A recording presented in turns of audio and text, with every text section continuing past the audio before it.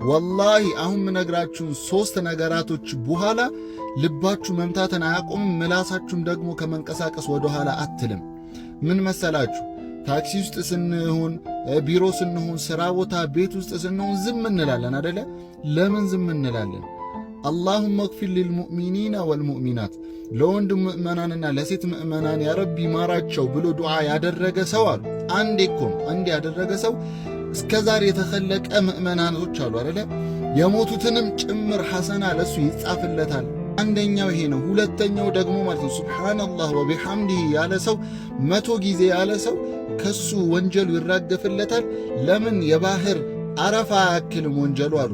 ሶስተኛው ደግሞ ላ ሐውለ ወላ ቁወተ ኢላ ቢላህ አንድ ጊዜ ያለ ሰው ንብረት ይኖረዋል። ያ ንብረት ዱንያ ላይ አይደለም፣ ጀነት ውስጥ ንብረት አንዴ ባለ ቁጥር ንብረት ይዘጋጅለታል አሉ። ታዲያ ለምን ምላሳችን ከመንቀሳቀስ ትወገዳለች? በቀላሉ እነዚህን ሁሉ ኒዕማዎች ማግኘት እየቻልን ለማለት ያህል ነው። ይህንን ቪዲዮ በጣም ብዙ ሰው ጋር እያደረሳችሁት ብዙ ሰው እንዲጠቀምና ምላሱን እንዲያንቀሳቀስ በእናንተ ሰበብ ለሱም ጠቅማችሁ እናንተም እንዲጻፍላችሁ ሼር ማድረግ እንዳይረሳ።